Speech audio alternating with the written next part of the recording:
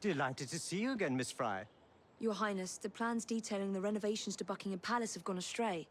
I suppose you will have to make do with the copies. There are copies? Where? Not so fast. First, I have a matter of some urgency. Carrying out my plan would require stealth and speed, qualities I know you possess.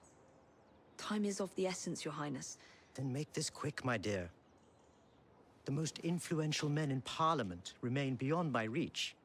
But these very men have sent for carriages to prepare for the ball tonight. Acquire an official carriage, and we shall drive the politicians to their destinations. Along the way, I will meet with them. And afterward, I shall tell you where to find the plans. You're a shrewd negotiator. One must be when one is so often underestimated.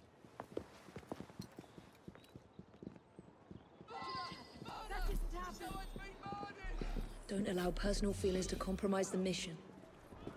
What a mistake.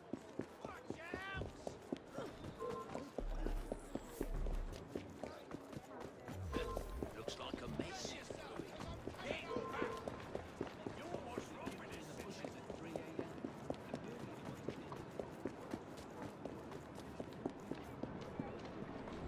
Come on, bloody Pegasus. Walk on, stupid nag.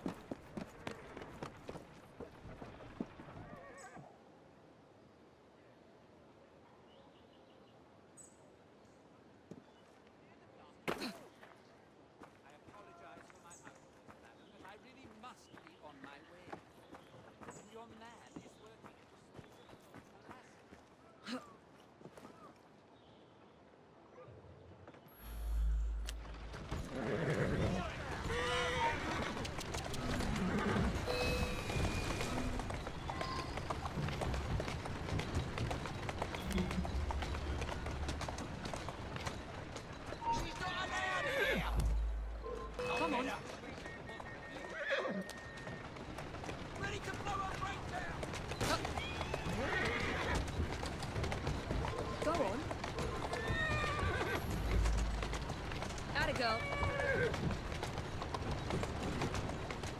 Slow down. There you are. That's it.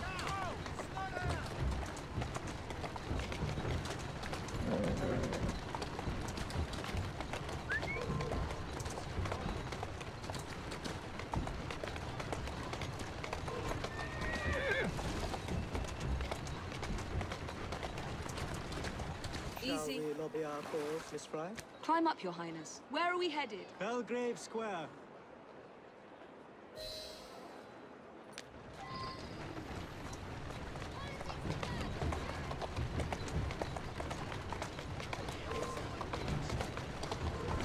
Here now.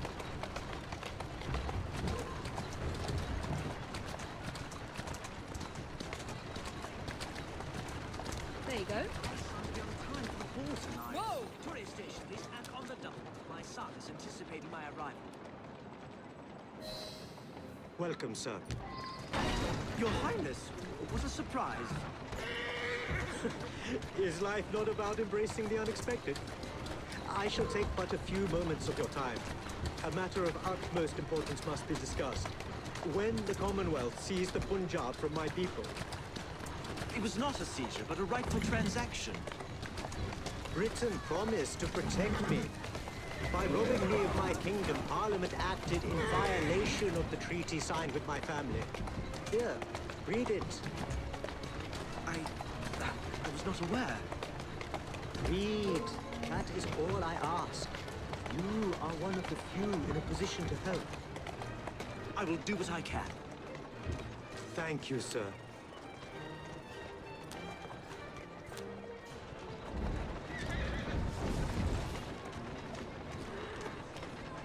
I trust you and your son will enjoy the ball this evening. He is newly returned from Delhi.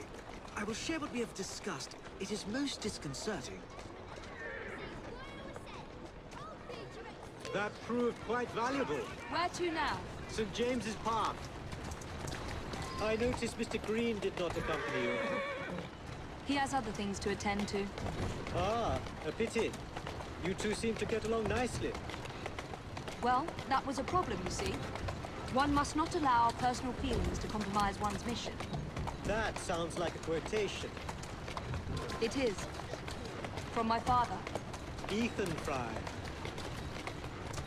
You knew him? No, unfortunately. But Mr. Green spoke of him. He sounded like an extraordinary man. He was, Your Highness. And your mother as well, Cecily Fry. She and your father were partners, inseparable. The only duo that came close to challenging Mr. Starrick. And very much in love, at least from the small amount I have been told. Cecily. I wish I could have met her. From what Mr. Green gathered, you share much in common. Your intelligence, for one. Father never spoke of her. What would Mr. Green know? He was only a boy when he trained with my father. Children can be quite perceptive, Miss Fry.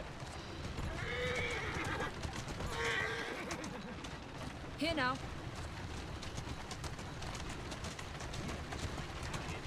To Parliament, please, on the double. Yes, sir. Good day, sir.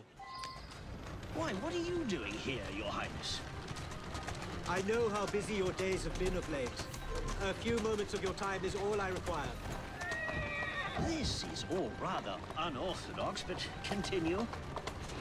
Britain was to protect me according to the treaty my family signed. Instead, she took my land. And now I hear Britain intends to strengthen her ties to India.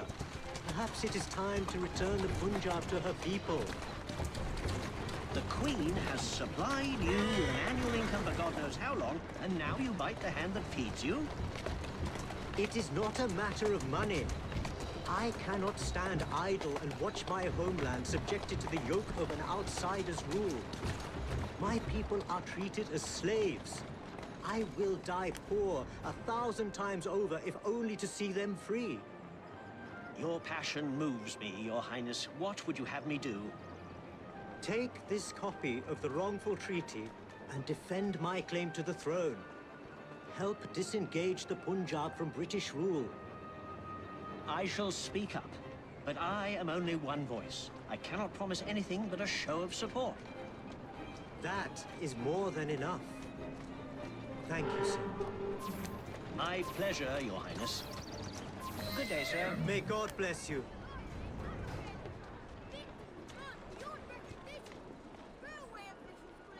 Only one more remains. To the Gladstone residence. Do you miss India? I remember that my mother smelled of cinnamon. And when she cradled me in her arms in the summer heat, I would hold so still that she fell asleep. When I lost my kingdom, it hurt. But truly, when they took my mother away...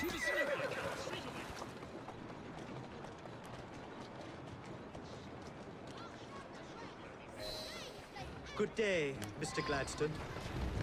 Mr. Singh, You are a hard man to pin down. I know what this is about. Your politics have worn off. Your Majesty has tired of you. So now you come begging for scraps. You wound me deeply, sir. My people deserve freedom. I am here to fight for them. Why did you lose the Punjab?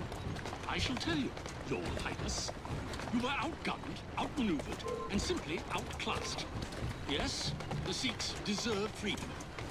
I hope with British help and progress, they shall achieve it. Then why do they cry out for their king? Britain has a duty to bring about peace. It is an enormous responsibility, and I value your guidance and advice, along with that of Parliament. But it's our burden to rule India, and certainly not the duty of a forgotten leader who has not seen his country for 20 years. I apologize for being so frank, but one must not tell lies to a king. Your honesty is most enlightening. When I become Prime Minister, I intend to push for peace, but it will be a long and slow process. And I am afraid I can almost guarantee you will never see India again. If my people are free, then my imprisonment shall be no burden. Perhaps your idealism is real. Although, after observing the tigers wandering the grounds of your lush, expensive estate, forgive me for doubting it. Come on. Much luck, Your Highness, with your lobbying. I hope my advice has done some good. Far more than your policies thus far. But I hold out hope that you will make progress. My people are counting on it.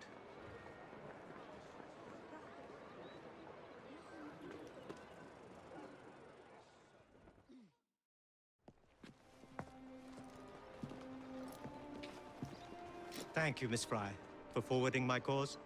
Oh, you are welcome. I hope some good comes of it, despite Mr. Gladstone's vitriol. Those of us with the largest hearts protect them the most. Your father, for instance. From what I understand, he was extraordinarily sad. Broken, even, after your mother's passing.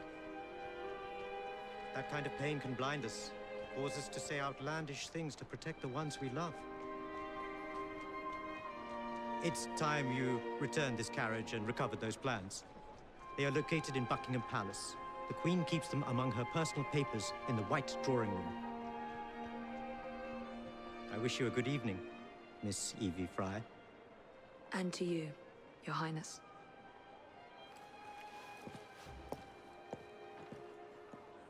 Still keeping well, miss? Good on ya. Someone's been killed! Come quickly! It's a murder!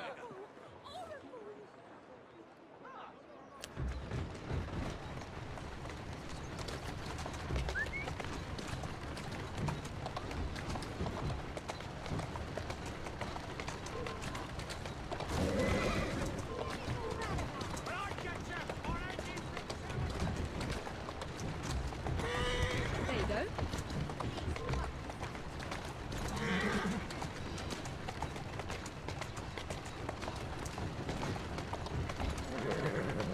Atta girl.